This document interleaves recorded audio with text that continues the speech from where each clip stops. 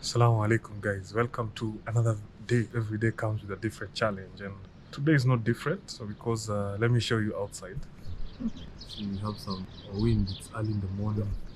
So, yeah, I'm out. I'm inside here, and I decided to come here because of the peace and calm that is always here. Peace and calm really matters a lot in my day-to-day life, and but you should always choose peace and calm. Yesterday we were talking about drivers, and we are still continuing. So this is part two of the driver series. I'm gonna be talking about two kind of people. The one who came direct, who was recruited in the country. Let's give an example: Kenya, and another one who came here in Saudi Arabia, and once and after 2 weeks or 3 weeks of waiting for work, another company comes and says that it wants drivers. So he decides he wants to change into another kind of job, which is drivers. Now remember, common labor involves doing all things. You can today you can become a cleaner, and I'll do a video for cleaners as well. Tomorrow you can become someone who harvests fruits and all that. Next day you might become a kitchen helper. Another day you might become a waiter. That's all about common labor, general labor, right? But now, if we talk about drivers is something different. It's a whole new skill by itself. And personally, I usually like telling people that if you want to come to Saudi Arabia, this country, way back, Saudi Arabia was different as compared to right now. Right now, they decided that they are gonna be taking care of themselves, of their people, in terms of job wise. So you find that these days, as compared to other people, from the report that I got from people who have been here for years, 10 years and above, that is before, people who used to do a lot of work were other people. Their own never used to do a lot, which over the years has changed, which is good also. They have been able to educate themselves more. So you find them in the offices, you find them doing much more work as compared to before. You arrive here in Saudi Arabia. You arrive here in Saudi Arabia. If you are recruited direct, shout out to one of the companies that I know that recruits people direct from Kenya is Al Maraya, from sales person to driver, common labor as well. Also have cruise ships job as well. They A few months ago I heard that they were in Kenya to recruit people. Time we have direct companies coming to Kenya to recruit people, which is very nice. I really love that. You are able to get all those procedures. If you proceed to the next level, it becomes easier for you because you do understand that I've proceeded from this level to the next level. Procedures are still the same. If you're a driver or not a driver or a common labor, you need to undergo medical. And after undergoing medical, if you are recruited direct, then you'll start classes, or they will schedule for you classes and all those stuffs in preparation for maybe in 1 month time you have done your exams, and if you pass, then you continue, right? But if you don't pass, it will take you like again 2 weeks or 3 weeks to reschedule another exam, and then you do it again. So that's about it. For a person who wasn't recruited, now this is where it becomes tricky. If you just arrive, done the other processes, your Ikama, remember Ikama, I told you guys, is the identification card. They will have processed your Ikama, and after processing your Ikama, it will be written general labor, right? So if you're a general labor, it will become hard for you. If you stay 2 or 3 weeks and then you decide you want to change, it's gonna take you so long. I've had people who have taken 2 months, 3 months, they're still in the process of changing because it's a whole new process. Government generally takes long time, and they have a lot of people who they are dealing with. So it really takes a lot of time. So one, you'll have wasted a lot of time, and that time is precious. Guys who are in Gulf countries, if you're not working one day, it's a loss for you because that day is just finished. Like you can't count it at the end of the month. And it's so funny that if you miss one day of work, the salary that is being deducted is 3 days. So you can imagine staying 2 weeks or 4 weeks, that is 1 month without job. It's very stressful and very frustrating. I've been there before. I haven't worked for like 2 or 3 months with a whole gang. I have a whole gang who can testify to that. They're also my subscribers as well. So shout out to you guys who we have suffered together here in Saudi Arabia in terms of not having a job, or maybe going to a job and then that job wasn't good, coming back to the supply company, still have to wait and all that. So shout out to you guys. And by the way, for the new subscribers, welcome to the family. And for the always returning subscribers, I want to say thank you so much for always supporting me. I have a few people who never lose hope in me, actually, which really means a lot. Guys, you know yourself. Team Ali, well, thank you so much, bros. I really appreciate. And for the people who watch my videos and haven't subscribed, please just help your brother out. Just subscribe. Comment down there below where are you watching me from, and then so that we can be able to reach out as many people as possible. We create awareness to people who are coming in Saudi Arabia.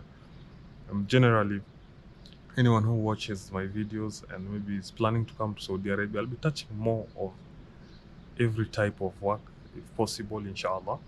And I hope that it will help you guys. So processes continue of organizing for a Ikama and all that. Now, some of the differences we have here in Saudi Arabia as a driver and in Kenya, you know.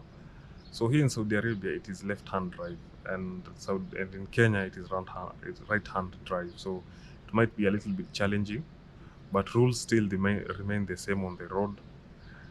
Another thing is that here in Saudi Arabia, the owners of the countries, the owner of the country, like the residents of the country, they have a history of driving cars at a top high speed. And the truth, you are caught, you and the resident, obviously government will be able to favor more the resident.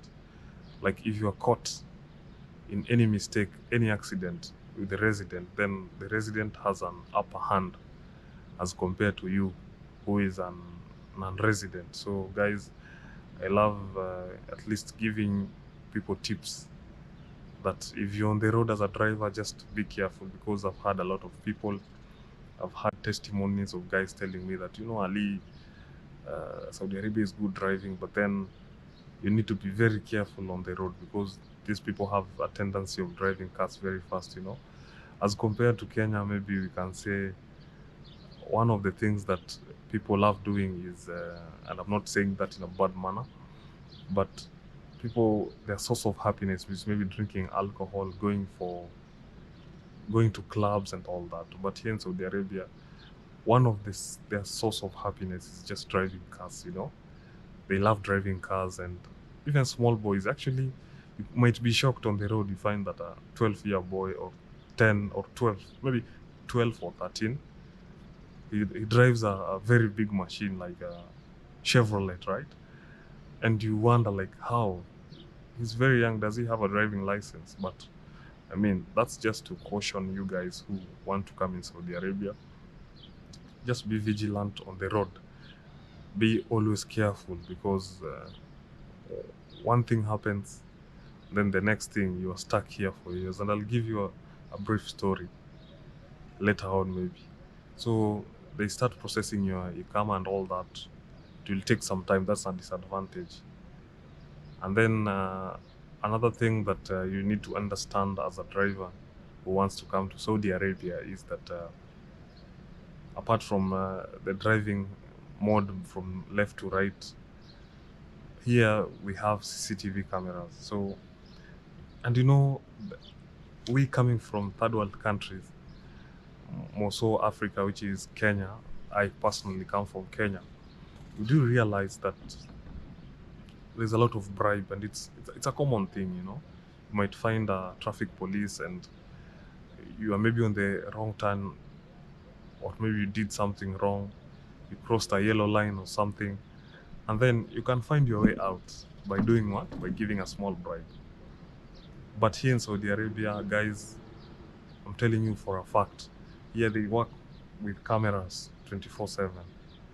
And another thing, which is very funny, I was just told by another driver who has been here for some time that whatever happens to you, remember this car that you're being given, maybe the company that gives you a car, it is fully registered under your name and your Ikama, right? So if anything happens, like they don't want to know who was behind the wheels. Was it you or was it another person? The one who will be held accountable is the one who his identification card is registered by the government of Saudi Arabia and Absha itself. So most of the time what usually happens is that people do a lot of small accident and they just neglect it because they don't they say no problem, no police, no one has seen me. And what they don't know is that this Absha, it's an government application that deals with cars, owners of the cars. Like it's a database of everyone who's in Saudi Arabia. So if the camera catches you, automatically you'll be fined and it will be written on your Absha. Now the problem is when you want to maybe do an exit, maybe you want to go on a vacation or something, that's when you'll realize that, oh, you haven't been checking your Absha. You check your Absha, you realize that I have penalties. And these penalties, man, it's not easy. So the more they pile up, the more they become so much money. And then it becomes hard for you to leave this country. Or if you leave, the small money that you've saved, it ends up getting finished by the government because of you have an arrears of paying some stuff which you did, which is not, not good. Your money that you've saved for all that time, it will have gone, right? So I just love encouraging guys, try as much as possible to understand that the rules here are very different. We have CCTVs. We don't have traffic police on the road that you can bribe, my friend. So if you think that you can get away with that, then I'm so sorry. And then another thing which you should always be careful of, just understand that you came here alone. And by coming here alone, that means that yes, everyone has friends. It is okay to have friends and all that. But once you become too much comfortable, then it becomes hard for you to oversee some stuff because you have friends. Hey, by the way, you have the DL, right? The driving license. Please, over the weekend, are you free?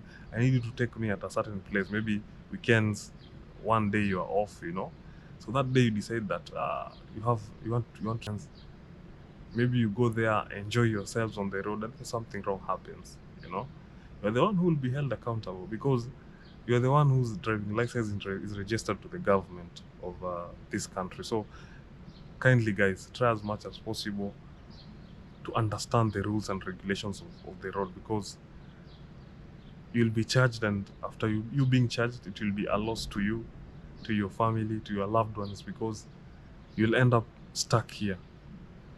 And that one is a very big challenge. We have at least tackled the processes from coming from Kenya or any other country, and maybe if you were taken direct, and maybe if you came here and changed the identification card and all that. So what are some of the perks? What are some of the advantages that drivers have? One, we have incentives, guys. So incentives are stuffs which actually gives you, motivates you. It's a motivational kind of things. You have incentives that maybe if you're supposed to deliver this and this, maybe if you have 10 deliveries per day, if you do 11 or 12, there's a small incentive. So it motivates you to push yourself more and try as much as possible to deliver so that you can be able to earn more.